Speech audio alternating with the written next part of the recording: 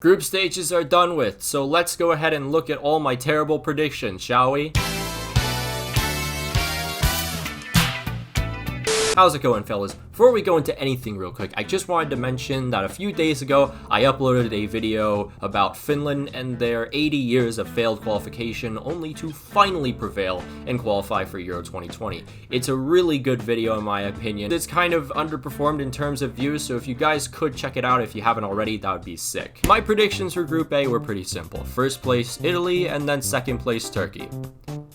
That's where all my credibility died. Italy looked very scary. Their unbeaten record was definitely more than a lot of people thought it'd be. Sassuolo is going to be banking in the summer with players like Domenico Berardi and Manuel Locatelli. And of course, the Italian defense has just been incredibly solid. That being said, Italy are a huge favorite, but they do have that potential quarterfinal matchup against Belgium. I apologize to all 2 of my Welsh viewers. I underestimated you folk. I just didn't think this team filled with youngsters were gonna do much, but yeah, I was totally wrong about that. Danny Ward has been pretty solid as the keeper for Wales. He's made some very vital saves. Gareth Bale definitely needs to improve a little bit more. He just hasn't been as much of an impact as he was in 2016. Aaron Ramsey I didn't think was gonna have that much of an impact just because of the club roles he plays, but then you have to remember these midfielders approach the international game a little bit more attacking wise. Switzerland are a very confusing team. Xherdan Shaqiri hadn't had 2 of the best games going into the Turkish match. Hopefully that momentum goes on into the match against France, but we'll have to see. I'm also wondering if Steven Zuber is actually going to play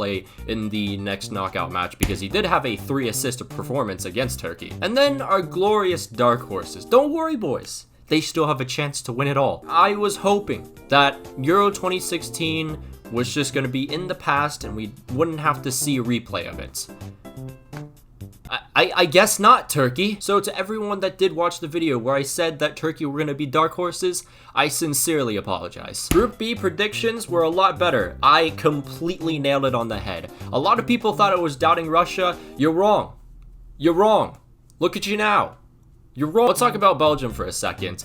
With Romelu Lukaku being at his peak, he's one of the top scorers right now, and of course, the introduction of Kevin De Bruyne in the second match has completely changed the entire Belgian attack for the better. The defense, I can't really say too much about, but they did make that mistake against Denmark, so do need to watch out for that at least. Denmark are practically everyone's second favorite team now, and rightly so. After the Eriksen situation, a lot of people didn't really think Denmark were going to be the same team, and they subverted all expectations. Denmark's defense has been pretty solid ever since that Finnish match, and alongside Pierre-Emil Højbjerg with his 3 assists, this is a team that definitely look out for, and I definitely still believe they could be the dark horses of this tournament. There is no doubt in my mind that Finland's defensive shape was probably one of the most organized in the whole tournament because you had the likes of Belgium having a little bit of trouble breaking down that defense at times. Finland had 43 tackles in their 3 matches. I believe that's within the top 5. The problem though was that Finland had no chance creation whatsoever. They had one of the worst attacking threats, only creating 19 chances.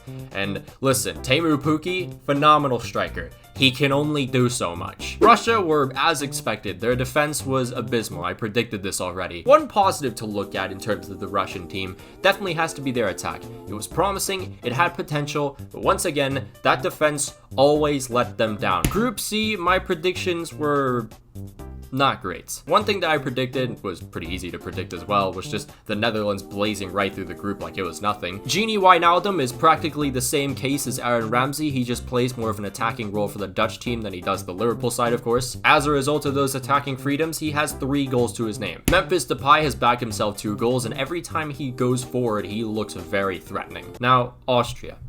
I'm sorry. I was wrong about you. Stefan Leiner has been fantastic for the Austrians, so has David Alaba. My buddy Brandon, BCHD, is holding on to this hope that Ukraine are the dark horses of the tournament. Ukraine, although, have not kept a single clean sheet, and their keeper isn't the best. North Macedonia. Listen, my prediction of them finishing 3rd was kind of that hopium, you know? Where you hope that that small team that has overcome everything in the past creates another Cinderella story for a tournament just to make it a little bit more entertaining.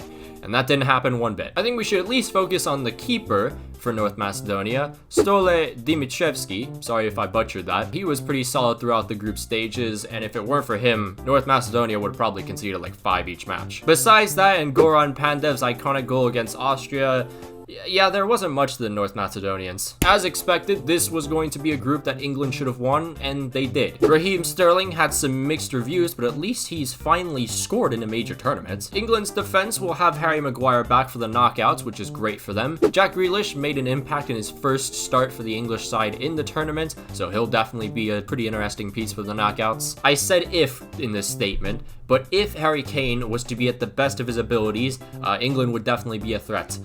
He's been 2016 Euros, Harry Kane. Croatia had a pretty slow start, a loss against England, a draw against the Czech Republic, but then they came back with an absolute Luka Modric masterclass against Scotland. I said in the past that there might be a little bit of concern when it came to Perisic's finishing, as he was playing more of a defensive role for Inter, but he's been scoring. Luka Modric had a pretty slow start to the tournament as well, but after that performance against Scotland, it seems like he's really picking up the form. Let me just say this real quick. I apologize to Patrick Schick.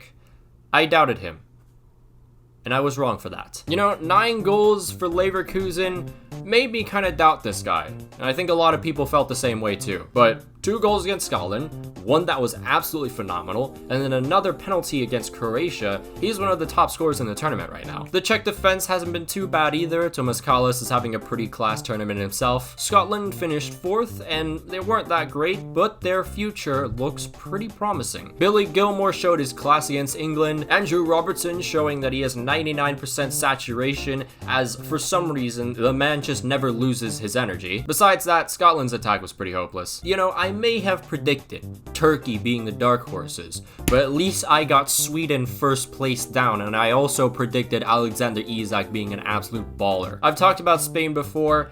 They're just a team that hawks the possession and does absolutely nothing with it. Their defense is solid, so I'll give them that, but there's nothing else to them. I understand that they scored 5 against Slovakia. The issue is, Dubravka gifted them that first goal, and already the game opened up, so I'm not really that convinced still with Spain's scoring record. But that is some good momentum going to the knockouts though. Slovakia were probably going to advance into the next round had they not conceded 5 goals against Spain. I don't really know what happened because they had some pretty decent defensive performances. And then I knew Poland were going to be disappointing. I didn't think they were going to be this disappointing. Group F's predictions, not that great. I got France right, but I think everyone probably got France right. But then it was Germany 2nd, 3rd Portugal, and then Hungary 4th. France topped their group, but I just don't think they're that convincing. Against Portugal, they looked better. They had those flashes of brilliance that I expected from them, but going into the knockouts, they're gonna need to be better. Paul Pogba is probably one of the best players in the tournament right now. He has been phenomenal for France, and I don't want to hear a single Manchester United fan ever speak to me again. Germany are still frauds. Let's get that out of the way, okay? 2nd place, I understand that's pretty impressive for what many people thought was going to be another failed campaign, but you can't just beat Portugal, then draw to Hungary a few days later, and tell me that you're the real deal. The issue with Portugal is that they're fielding one of the oldest teams in the tournament. It's just not really been working out. They've been good, they've just not been to the level that I'd expect them to be at. But of course, there's the X factor Ronaldo, and that can change any game very quickly. And then there's Hungary.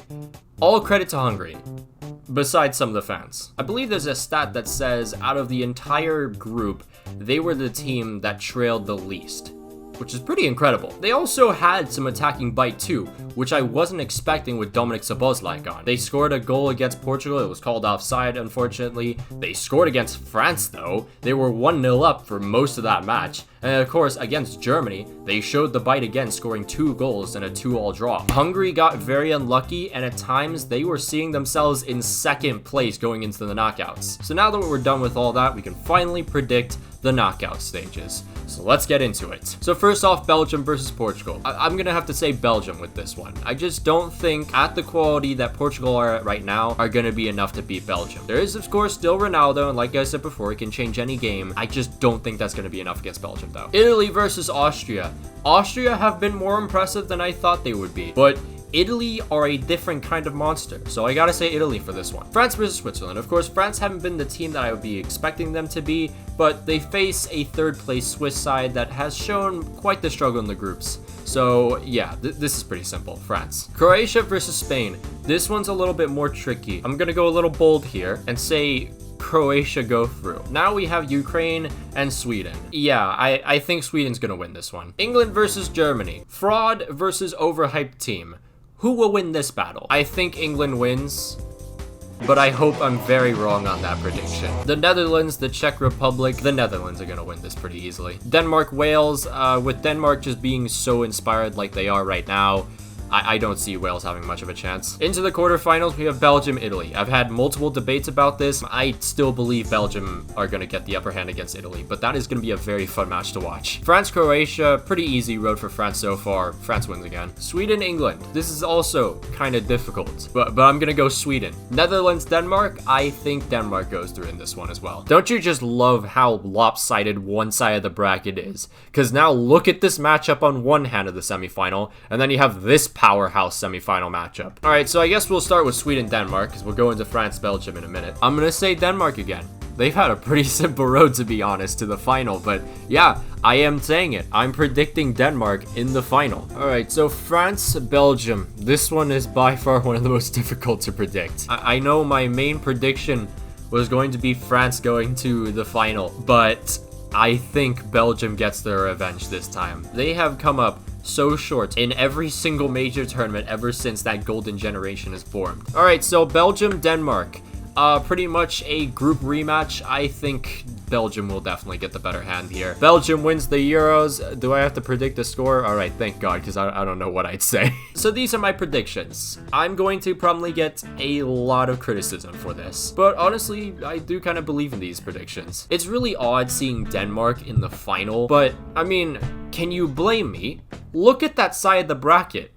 That's ridiculous. So those are my predictions from the knockout stages for Euro 2020. I'm gonna hope to get this video out by Saturday morning so then it can get some views and then the matches can start playing. I'm gonna say this again because I'm unbearable, but I beg that this video gets views. Please, if you haven't already, watch the Finland video. It's really good. Be sure to follow my Twitter for any video updates. Follow my TikTok. I'm trying to get to 5K as I have recently just gotten to 1K. If you want to follow my Instagram, go ahead. And also, if you want to follow my inactive Twitch, do that as well. But anyways, until then, I'll see you guys.